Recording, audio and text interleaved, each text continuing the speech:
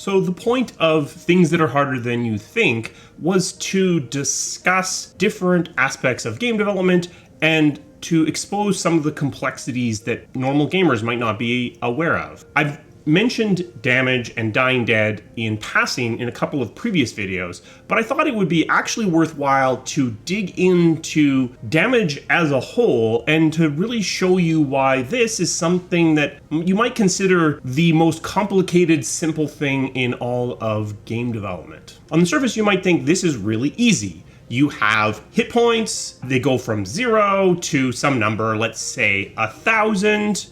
And then when you do damage to something, their number of hit points goes down. You hit it again, it goes down some more. Maybe sometimes it gets healed and it goes back up. And eventually you keep hitting it and it gets to 0 hit points and then it's dead. But let's start from there. First thing that's a little bit different about damage compared to other things that change a character's statistics is that when you do damage to something, you tend to want it to respond to that. You tend to want it to have a stagger or a blood spurt or some other reaction to the fact that it's been hit.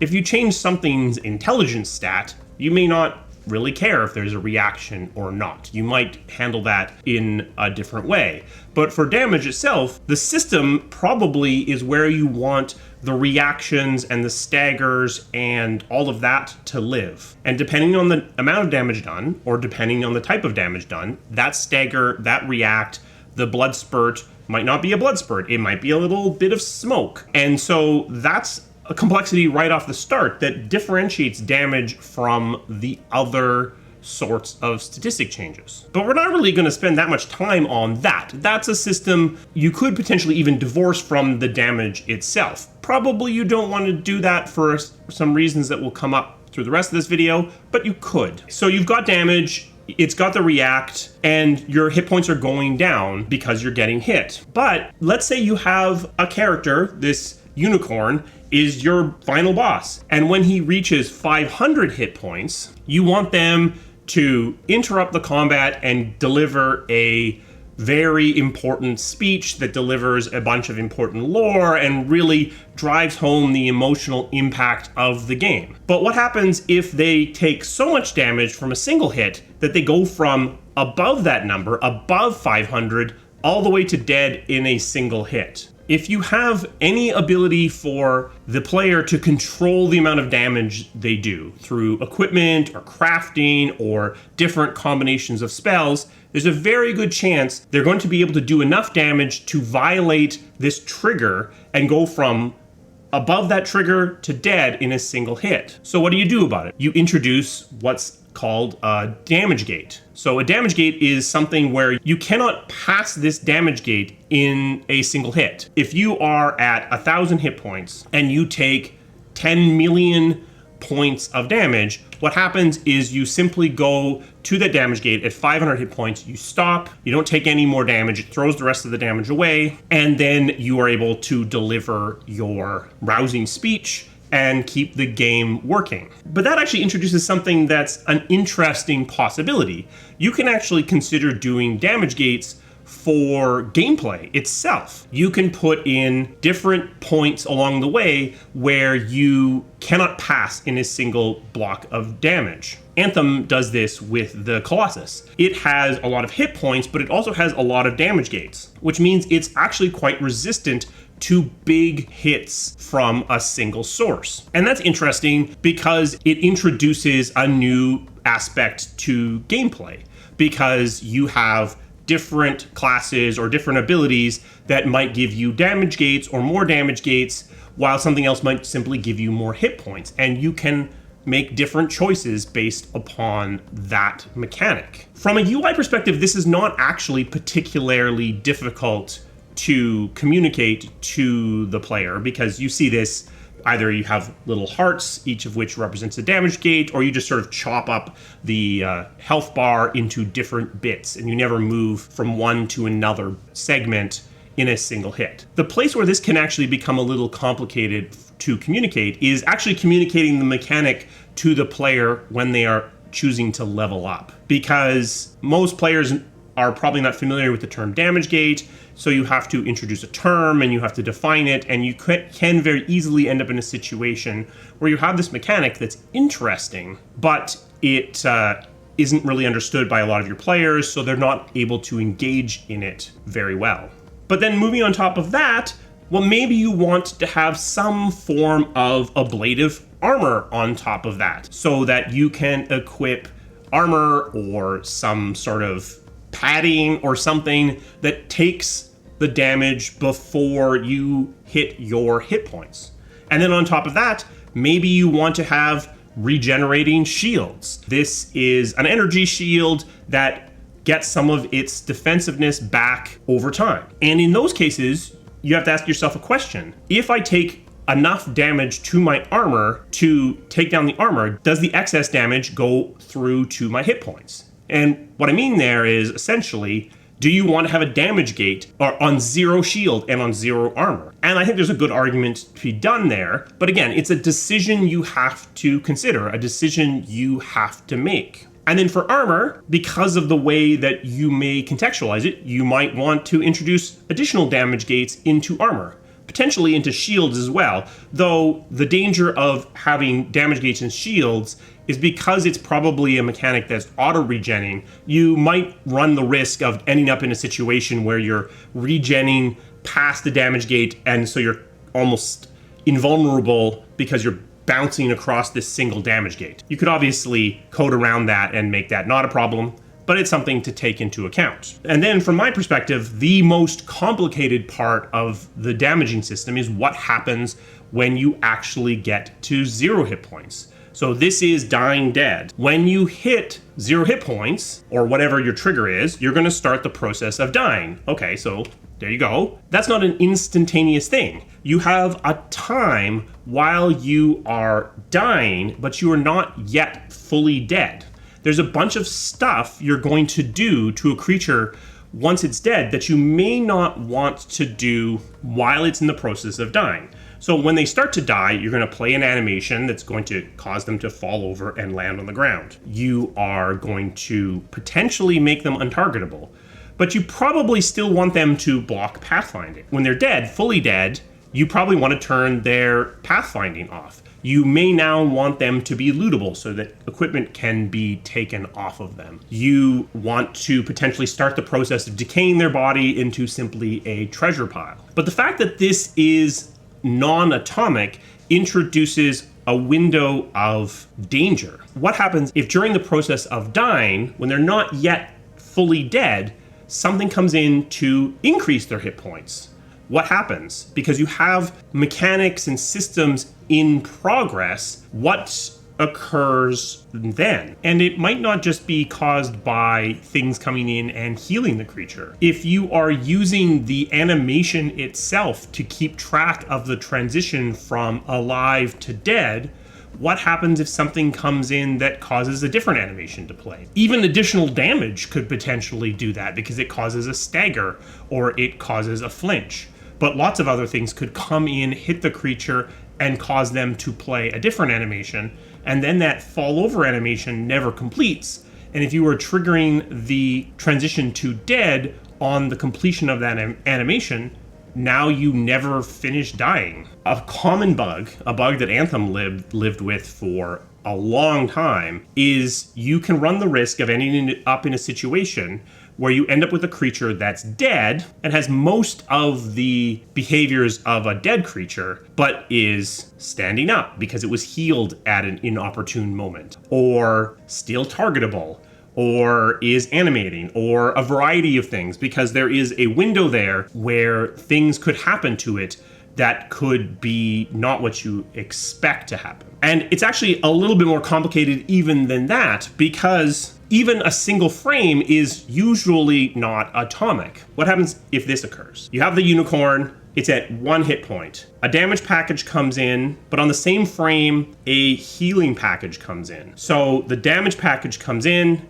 and sets its hit point to 0 and starts triggering all of this dying code. But on the same exact frame, the healing package comes in, sets its hit points to 10, and isn't aware that this creature is even dying yet, potentially, because the dying's just started.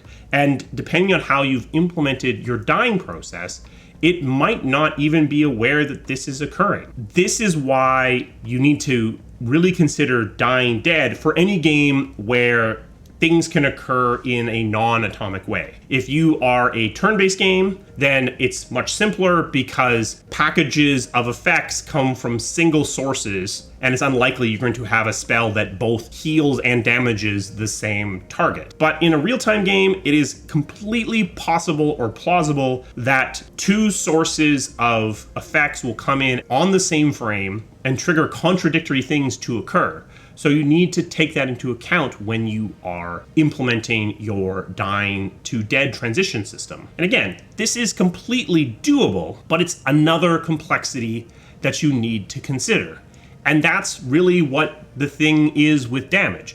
It's complexity layered on top of complexity. So we're not even done, still more to go. If you have damage, you may want to have different types of damage. You might want to have fire and cold and lightning, and doing that introduces the possibility, probably even the expectation, that you're going to have vulnerabilities and resistances. So a creature made of wood is vulnerable to fire damage, but resistant to ice damage. If you have vulnerabilities and resistances, there are two primary ways to do it. You can do it as a percentage resistance or vulnerability. I am 50% resistant to fire damage, so I take half damage from damage packets. Or it is a flat number. I have 5 points of resistance to fire damage. So when I get hit by a package of fire damage, you just subtract 5 from it, and that determines the final number. Or you can even do both. I'm pretty sure that Baldur's Gate actually did both because 2nd edition D&D had sources of both kinds of resistance. If you do both, then you have to consider how the two interact with each other. If I do the flat number first and then apply the percentage resistance, I potentially have the possibility of doubling up my resistances. Resistances can actually be fairly difficult to communicate to the player in a lot of cases, especially fractional resistances. If I'm 100% resistant to damage from a specific source, then you can put a resisted up on the screen and call it a day. The player will probably figure it out because they're doing 0 damage. But resistances that are fractional, they're still doing some damage. It can be difficult for the player to notice that what they're doing is ineffective. So it is something to consider. When you're doing resistances, you have to consider what fractions are you going to allow and how are you going to communicate it to the player. You need to ask yourself if resistances are allowed to go above 100%. We actually did this in Baldur's Gate, where your resistance could go above 100%, and then actually getting hit by that kind of damage would actually heal you. But of course, healing isn't just negative damage, it's a different thing. So your system needs to catch that incoming packet, transform it into something else, and then send it on down the line. Because you don't want the character to play a damage react when they're actually getting healed, because that's communicating something really confusing to the player, causing them to really misunderstand what's going on, and possibly continuously hit that shambling mound with lightning damage over and over again, not really realizing that what they're doing is healing the thing every single time. Be careful there. Damage is the most complicated, simple thing in all of gaming, to my mind, because we haven't even considered you might want to have different kinds of damage coming in that can pierce through shields, but not armor, or pierce through armor and not shields, or pierce through both. And so that's yet another type of damage, but it might be layered on top of your elemental system, and it likely actually is layered on top of your elemental system. You have to think about how you handle ongoing sources of damage. If you've lit the character on fire, or they are standing in a pool of acid, how does that system work? Additionally, you want to consider other sources of death, other things that can kill the player or kill a character without going through the damage system at all. My suggestion is to potentially avoid doing that and go through the damage system as much as you can, simply to reduce the number of different things you have to handle. Potentially you want to have some sort of instant death, because not having that is going to introduce potential that you can't be guaranteed to kill something because there might be a way to resist any amount of damage. It's always a risk as soon as you don't have a guaranteed source of something. Similarly, you have to consider other sources of changes to hit points. Healing is one, but old school D&D had the spell Harm, which reduced your hit points just to 1. Is that damage? Is that a package of damage equal to your current hit points -1? If it is, how does it interact with the resistances and vulnerability system?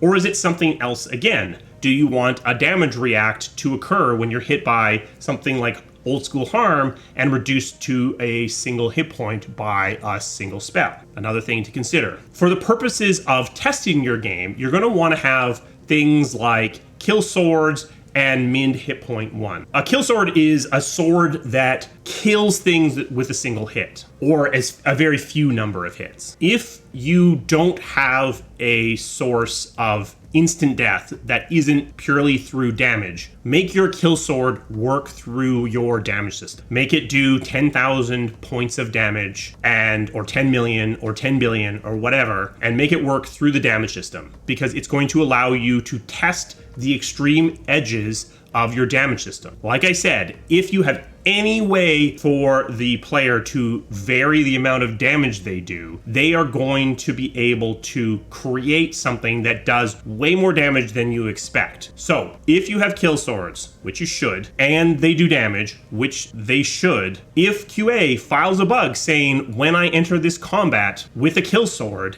it violates this damage trigger, the game doesn't work properly, do not dismiss those bugs. Do not allow the encounter designer to say, well, that's only because you were using a kill sword. If you played this properly, you wouldn't be able to do that. Because I guarantee if you dismiss that bug out in the wild, someone's going to figure out how to do it for real, and they're going to break your plot. So have your kill swords do real damage and treat those as real bugs, because those are real things that can happen out in the wild. If you also have a source of instant death, my recommendation is to potentially have 2 different kill swords. One which does massive damage and is used for most testing, and second instant death kill sword that's used on occasion to test that system and make sure that it works as well, because you need to consider how instant death works with your damage triggers. Similarly, again, for testing purposes, though this one might be something that you need for the game as well,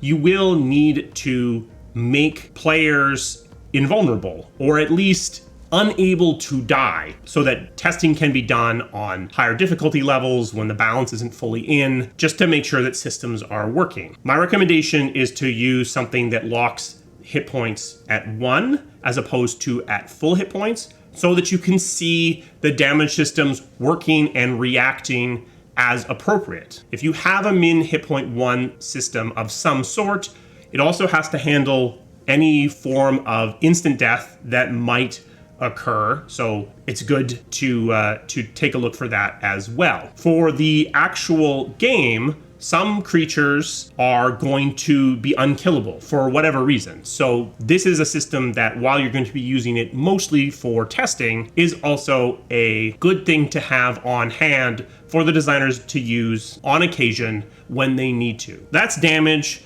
the most complicated, simple thing in all of gaming. Here's the arguably somewhat simplified view of what it entails. Maybe I'll make a shirt of this. A special thanks to my members. They provide the resources that this channel needs to keep running. If you're interested in becoming a member, there's a link to that down in the description. We have merch now. As I mentioned, I'm wearing 2DA Forever, which is pretty old school. But take a look, there's a shelf below this video, and that supports the channel as well. So what do you think? Did this make your ears bleed? What are some other incredibly complicated systems that seem like they should be very simple? Let me know that down in the comments. Maybe I'll do a video on whatever you recommend. I will see you again soon. Thank you.